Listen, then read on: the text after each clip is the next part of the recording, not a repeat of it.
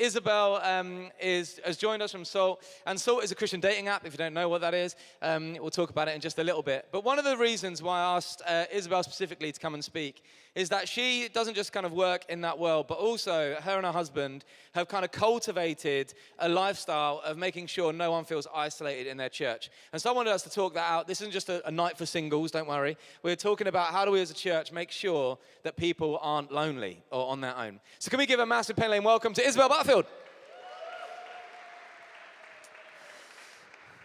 Good evening. Evening. Isabel, just by way of introduction, why don't you tell everyone where you're from, who lives in your house currently, and what you do? Yeah, so I'm Isabel. I'm from Walsall, which isn't that far away from here, just north of Birmingham. And I go to a church called St. Matthew's there. And in my house currently is my husband Ben and our two kids. I've got a boy who's 7, he's Solomon, and a girl who's 5, Juliet. And over the 11 or so years of our marriage, we've had multiple people live with us. Until recently, we had 4 people living with us. We are actually now down to 1, but the last 11 years, we've had various people live with us. And I also work for Salt, which is really fun. And so why for you has the kind of topic of isolation or people feeling lonely, how has that become a thing for you as you've navigated Christian life and work life and all that kind of thing? Yeah, I guess like all callings, it's sort of a bit accidental. Like, I think God puts natural passions inside you, and then he like throws his love and compassion at it, and it kind of builds into something. So me and my husband, we've known each other growing up. We lived down the road from each other since we were 7, so I couldn't avoid him. And we've always been sort of like, I guess, social ringleaders, should we call it? And within our different communities, whether it was like our teenager Christian union or churches, we've always just like built community. And we love old Victorian houses, and we love like transforming them and decorating them and things. And so those two things combined, also seeing like the 2 problems in society, I think, or the 2 that are most noticeable to us: social isolation and unaffordable housing. And we figured maybe we could do something about it. And a verse stood out in the Bible when we first got married. God sets the lonely in families, and we've kind of just like made that the banner over our life. But the first students that came and lived with us it was kind of accidental. Their accommodation ran out before their placement had finished, and they were like, "We're going to be homeless. Can we live with you?" So we were like, "Yeah, all right." And then at that point, everyone from church was around our house all the time, and that's like kind of how we wanted it. So we kind of built from there. So good. Why do you think people find it difficult to actually build community in church? It's because it's a bunch of weirdos, right? Right. I mean, like all families, you're going to have like the odd uncles, or like, it is a bunch of people that don't necessarily fit together, called to fit together. I think like specifically singles, I've found working for Salt, I hear constantly that singles are feeling isolated in church because, I don't know, maybe like marriage is put on a pedestal or something, or singleness is seen as something to be fixed, or like, mature singles that I talk to, they say that people are like suspicious of them or something. And like, there's something about church culture where we've said like singleness is, I don't know, isolating, right, and therefore it feels more isolating. And what are some of the things that you guys have done as a family to try and cut through some of that stuff, apart from just renting your house out? Yeah, so with our lodgers, we always eat an evening meal together, and we sort of live as one big weird family. And I guess even though everyone who's lived with us have been adults, we sort of become kind of weird parents to them. Like, my husband will go and help them buy a car, or like give financial advice because he's very wise. And we just like adopt people basically. And I didn't realize that actually being brought up in like a stable home where your parents are together and like you're safe and you definitely have a meal to look forward to. And I didn't know that was a special thing until we had people in our homes from different backgrounds.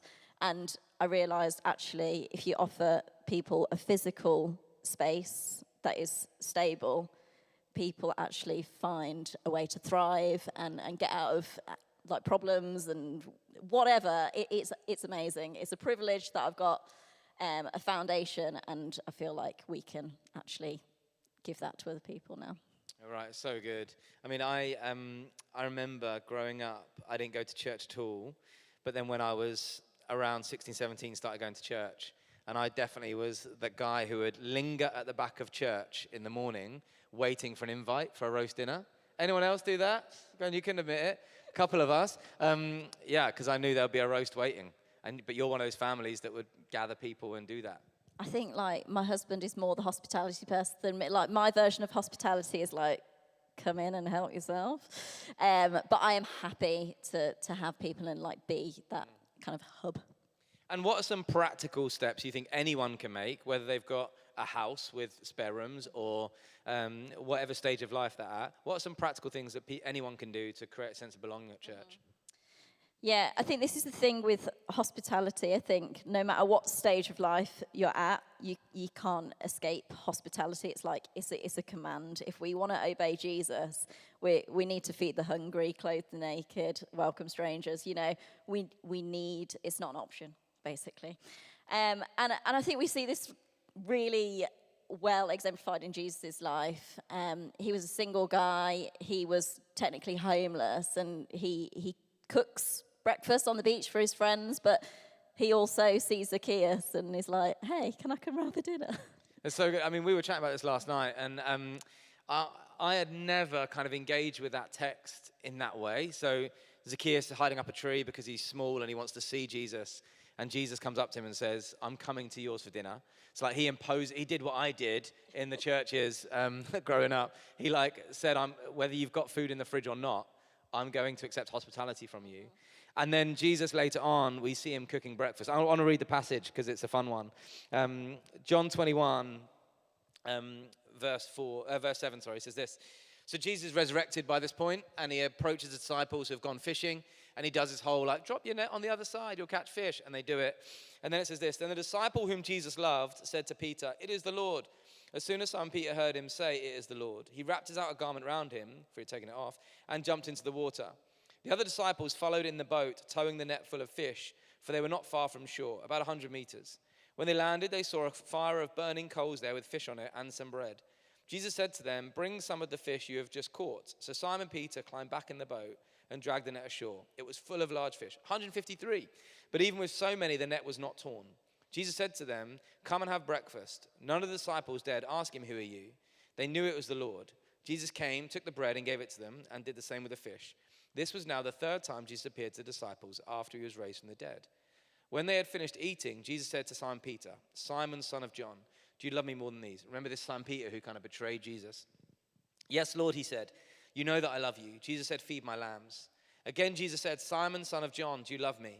He answered, yes, my Lord, you know that I love you. Jesus said, take care of my sheep. The third time he said to him, Simon, son of John, do you love me? Peter was hurt because Jesus asked him the third time, do you love me? He said, Lord, you know all things. You know that I love you. Jesus said, feed my sheep. So speak to that verse a little bit. What for you strikes you around hospitality and kind of the command to do that?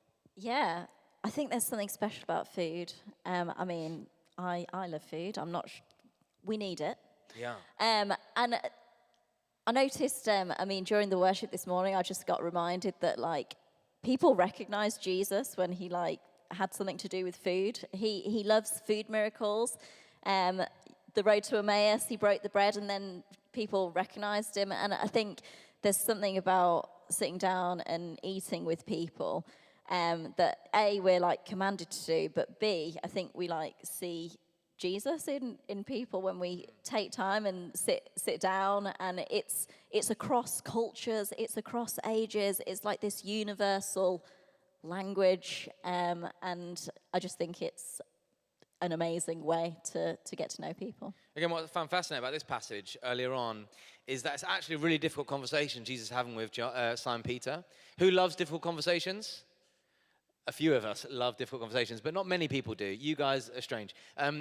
But it's interesting how food makes the conversation easier.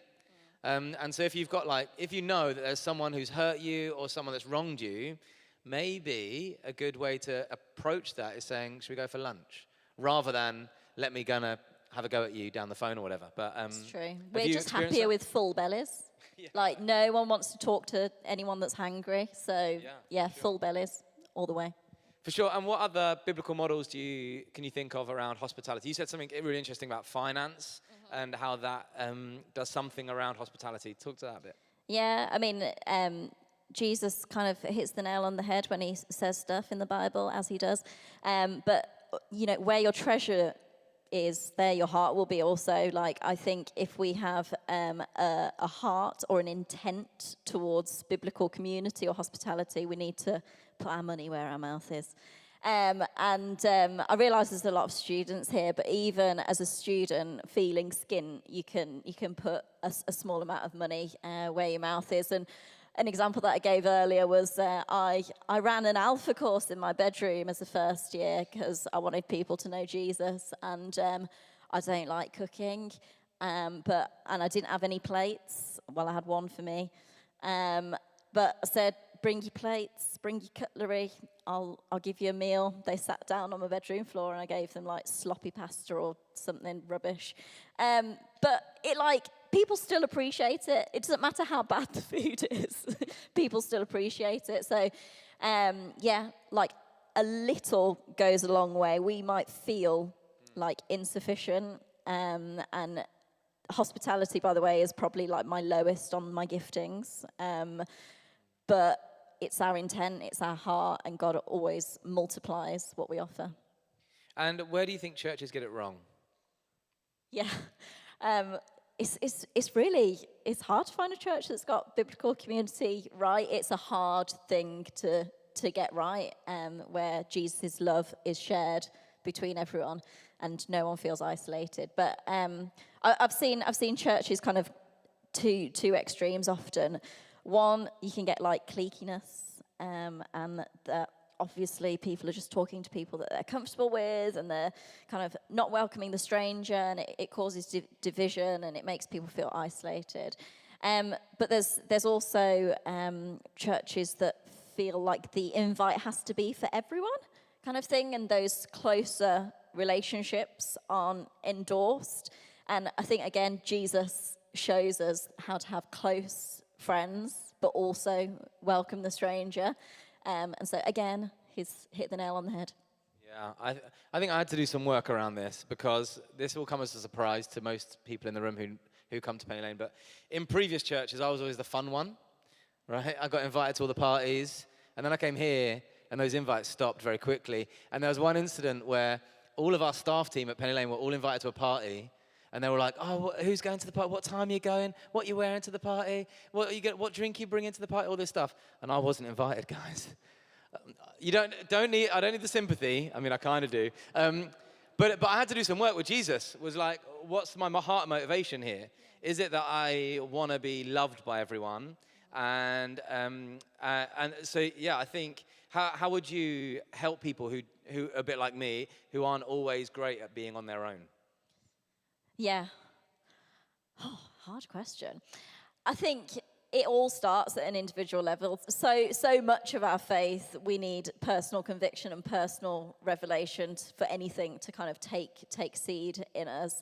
And I think this is the same. And we need to be okay being alone, and only Jesus can make us okay being alone. But I think in different seasons, God will call us in different directions. So I remember there was a time at university where I was feeling lonely and isolated, and I felt like Jesus was like, you need to lean into me. And that's where I found real intimacy with him. That's where I did a really long study, like 20 hours on like Song of Solomon and Hosea, and I learned that actually Jesus promises to be our husband. God is like our husband, and it always sounds weird, like, Jesus is my boyfriend. But, like, really, in that, like, season, like, yeah, Jesus was the closest, and I found amazing intimacy there.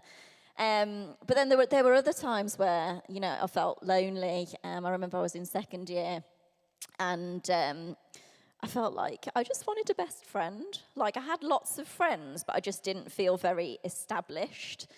And I had a great church community and everything, but I just didn't feel very established. And I did like what you might do with like a spouse list, and I like wrote a list of like criteria for this best friend. And Has anyone else done that before? A couple have. There's a few nods. I think that's weird, but go on. Get an Excel Please. spreadsheet out. Wow. No, I didn't. But I was like, yeah, I'd love her to be a girl. Christian, like really spontaneous and fun.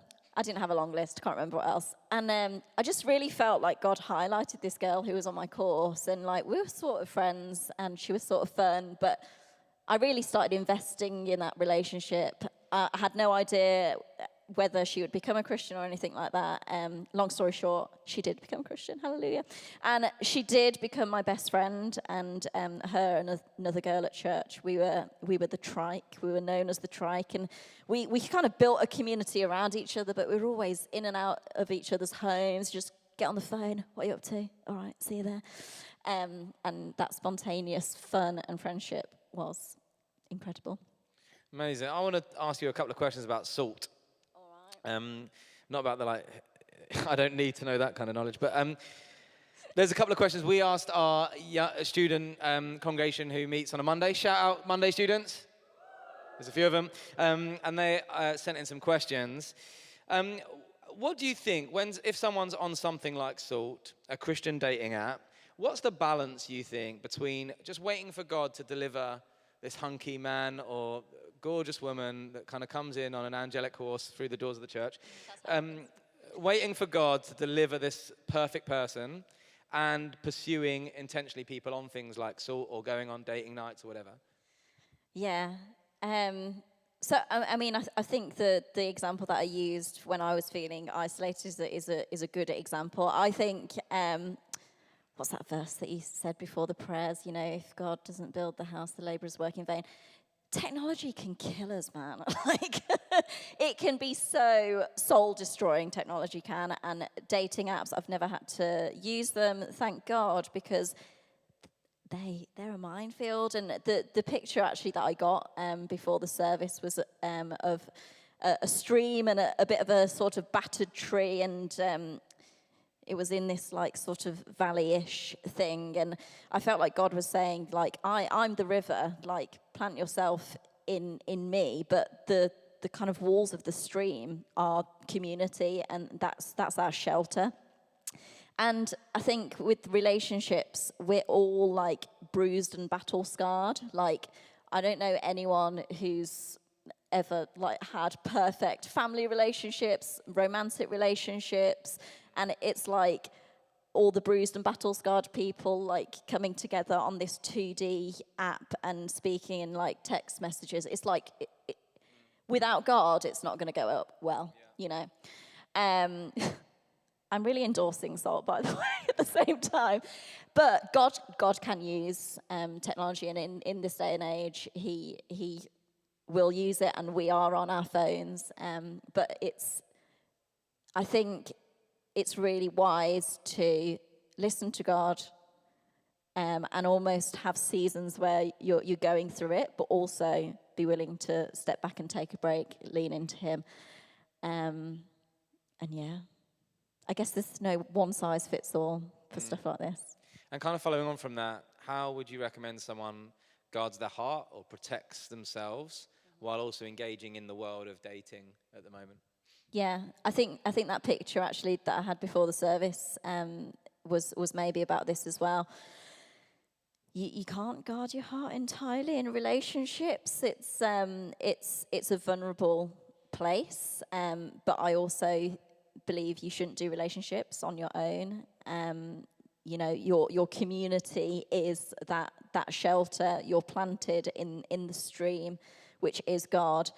And I mean, there's going to be hurt and rejection and all the rest of it. There is in every single romantic relationship, even when you are married. And there's past hurt, and there's you know, trauma. There's all of it. But if we are rooted in good friendships and good community, that actually offers us the shelter that we need to kind of do it together. So good. And then how do you think churches should be praying, or what do you think they should be thinking about in terms of this whole idea of people feeling isolated or people navigating dating? What are some of the things we should be praying for? Wow. Honestly, I think like friendships and biblical community in the romantic conversations are seriously underrated. I think if you are like growing your Christian networks, you're planting yourselves in friendships, deep friendships where you really click with the people and they are praying for you, they are for you. But you're also practicing this hospitality and talking to new people and living in community. You learn like all the skills that you need for a romantic relationship. You have the opportunities to build friendships on varying levels of chemistry and attraction, you know. And you learn to serve, because ultimately within a marriage, it is sacrificial, it is service. So, I mean, I guess I hear so many singles, the desire for a spouse is deep. I really, really, really get that. And the relationship with a spouse is unique. But, like, do not neglect, do not underrate friendships and biblical community, because there's so much life there. Isabel, it's so helpful. Can we give Isabel a big round of applause? Let's thank her for her time.